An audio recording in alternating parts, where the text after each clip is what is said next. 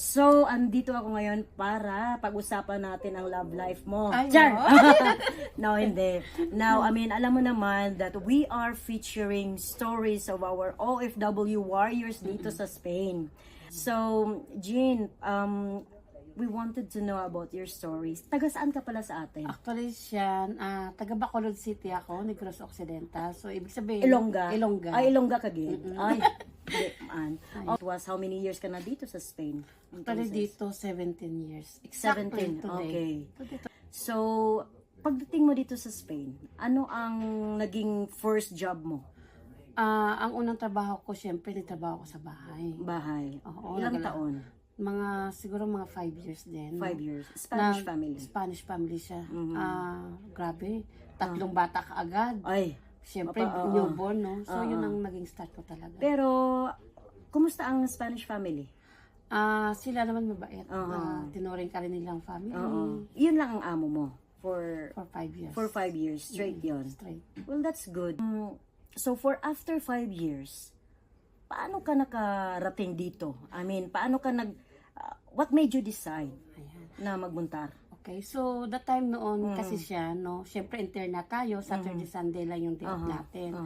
That time kasi, meron akong na-meet na isang kababayan natin actually, no. So, siya yung naging mentor ko, yung late Sir Marlon Gatula. Siya Sir talaga, Marlon. yes, opo. Okay. So, siya talaga ang nag-encourage sa akin na umattend sa mga training, although na parang, syempre nag-enjoy lang din ako kasi syempre marami tayong nakakasalamuha ng iba't ibang Pilipino. Na syempre hindi maiwasan yung merienda, kainan. Di ba? Oo, correct. Oo. So doon nag-start na nagkaaroon ako ng interest na umattend, mag-training. So hanggang sa ginusto ko na rin, yun yung naging hindi madali yung pinagdaanan ko bilang isang ahente. Kasi, Kinumbine mo? yes, O opo. directly kang umalis agad sa trabahong bahay? Hindi, kasi syempre ang ginagawa ko lang, pag Saturday, Sunday ko lang ginagawa yan. Okay. Pero of course, no, paggabi, doon ako nag-start na makikipag-communicate. That time, hindi pa masyadong uso Facebook. Oo. Telephone pa yun, di ba, tawag. So, hindi din ganun kadali talaga. Oo, talagang... Talagang tiyaga lang siya, no.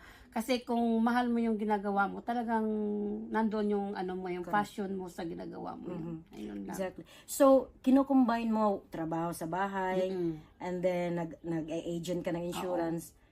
So, until such time, nag-independent ka na? Yes, oo. Okay. So hanggang sa after 2 years, doon ako nag-decide na mag-resign sa trabaho dahil sa tingin ko kaya ko nang mag-independent. Wow! Oo. Muy valiente, eh? There was a time ba na nadi-discourage ka rin dahil minsan ayaw nila? Kasi aminin natin, hindi pina-prioritize ng mga tao, insurance, wala kami. Ganon. Minsan ba may mga ganon? Oo. Okay. Siyempre, number 1 yan eh. Hindi maiwala sa ating mga Pilipinong ganong sitwasyon. So maraming beses. But what motivates you na, no, i-continue ko to? Kasi parang naano ko na dahil tayo dito ay hindi tayo forever sa abroad. So marami akong nakikitang mga kababayan natin na sa simula pa lang na need nila talaga ng mga ganong insurance. Okay. Lalo na sa mga may mga edad na rin. So nagpursige ako na parang ginawa ko yun na makatulong din ako para sa kanila. Ang tanong ko, bakit nagkaroon ng Rain Manpower Services? Paano nag-start ito? So, nag-start kasi yan sa mga na-encounter ko rin ng mga kababayan natin sa labas.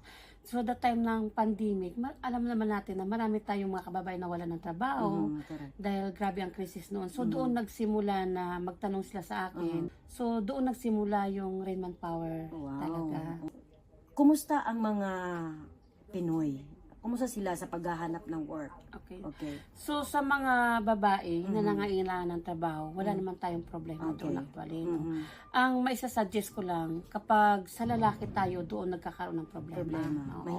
Mahirap Then, dapat kasi paghandaan din nila ang pagpunta dito. Number 1, kasi una-una kung wala silang kakilala, then kaunti lang yung budget na dala nila. Kasi siya, no, alam naman natin na ang mga lalaki talaga, limited lang yung trabaho. Na available. Yes, merong mga employer din kasi na gusto nila lalaki, pero kakaunti hinahanap.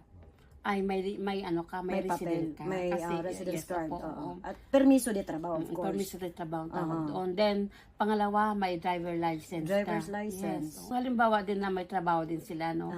Kasi, bihira lang din sa lalaki na magkaroon ng trabaho sa bahay. Correct. Yes, Oo. nakapagbibigay ako Meron niyan. din. Pero, tiyaga din. Kasi tayong mga Pilipino, yung iba, no?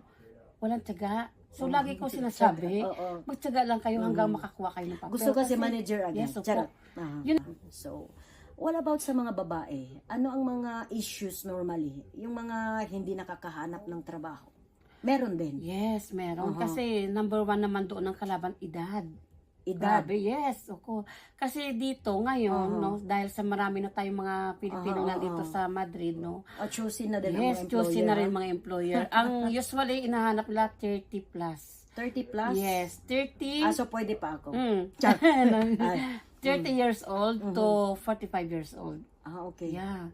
Pag-i-interview, sumasama ka? Oo, kasi gusto ko talagang pakinggan Oo. kung paano. Kasi at the end, ikaw rin ang nagbibigay ng recommendation Yes, eh. oo. Ano mga tinatanong, Char? Marites. Ano mga tinatanong ng mga Unang-una ay tatanong nila kung you know how to taking care of the children. Yes. Then pangalawa you know how to cook. Okay. So dahil alam mo naman Spanish food, basic lang naman yan. So may mga Pilipino din naman na first timer dito. Siyempre, ang lagi kong sinasabi na sabihin niyo yung totoo. Magpapakatotoo kayo na kung halimbawa, hindi kayo marunong mag-Espanyol, sabihin nyo lang na poquito kayo marunong. Then, sa food naman kasi, sa food naman kasi napag-aralan yan. Correct. And then, kasi sa employer, bago ko ibibigay si chika, meron talaga kaming kontrata siya. Hindi po pwede na Importante yan. Nakatanggap ka rin ba ng mga reklamo galing sa mga trabahador o sa ating mga kababayan against sa employer or sa sitwasyon mismo? Yes, of course, tayo mga Pilipino, number one, late matulog. Late kumain. Late sila dito. Overtime. Diba ganun? Minsan late magpasahod. Paano yan? Nire-remind nyo ba ang mga amo na until what time, nasa kontrata ba yan na dapat ganitong oras lang dapat ang trabaho? Meron. Diba? So, diretso tayo ngayon sa anong mensahe mo sa ating mga kababayan, mga katambay na nanonood sa atin ngayon? Ayan na nga. So, mga katambay dyan, no, ang mensahe ko lang sa inyo. Unang-una, sipag at tiyaga lang, no. Siyempre, yun ang number one dito sa atin. Then, kung may mga opportunity, no, na dumating sa inyo, wag nyo nang palampasin. Kasi tayo dito, yes, of course, hindi natin maikala na, siyempre, number one, nagtrabaho tayo dito sa bahay. Pero kung may mga opportunity naman na pwede kayo, or siyempre kung ano yung magiging passion nyo, isa pang tips, no, kasi minsan kasi nagbibigay ako ng dalawang chika sa loob, magtulungan. Dahil kapwa naman tayong OFW at magkakababayan tayo. So sa isang bahay kasi kung minsan nagbibigay ako 2-3, so sila mismo ang nag-aaway-away, iinggitan, silusan. Iwasan nyo naman yan. Correct. Yes, you mean to say may isang amo, dalawa ang katulong or yung trabahador? 3. May ganon? May ganon ako. As in? As in. So, sila alam mo na yung pataasan sa amo, hindi dapat ganon. Dapat kayo mismo magtulong-tulungan. Correct, Teamwork, kumbaga. Kung anong hindi nagawa ng isa, tulungan na lang. Correct. Well, I think may mga bagay kasi talaga na hindi natin pwedeng mawala, no. Pero I would say na pag mga ganyan na dapat umiwas na. Pag toxic na ang relasyon, kailangan mo na talaga. I mean, 'di ba? So, kung sa tingin mo ay parang hindi na ito instead na bumato ka rin, ay iwasan na lang natin ang gulo. Then, exit ka na. Ang ano ko no siya, no? Sa mga kababayan ko na may mga opportunity, no, na like example, mga short course naman, grab nyo na yon kasi sayang naman, no, para sa inyo dito na may mga pangarap din kayo sa buhay nyo, eh. Correct. I mean, take advantage. Take advantage nila na may mga free courses na binibigay. At the same time, may mga agency or mga a group of people na they are, sharing their services Yes. na magkaroon ng mini courses. Kagaya nito, actually, itong sa ALSE, naalala ko, ALSE ka. Yes, diba? Member, oo. isa ka sa nag-graduate ng Ateneo.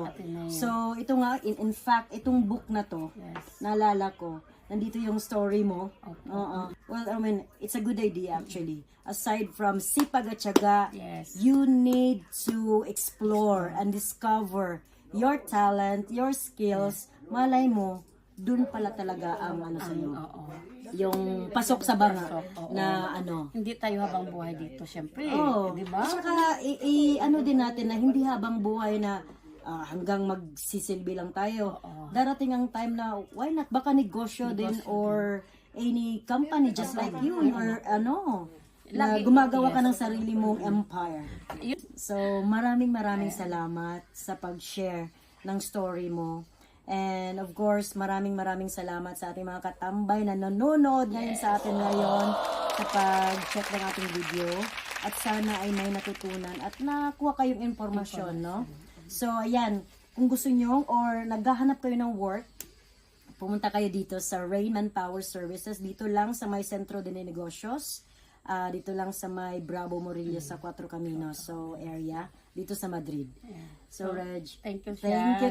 Thank you sa pagbisita. Yan. Thank you sa pagtanggap. Oo. Diba? Okay, So, mga katambay, on our next Yes. episode, abangan nyo na rin.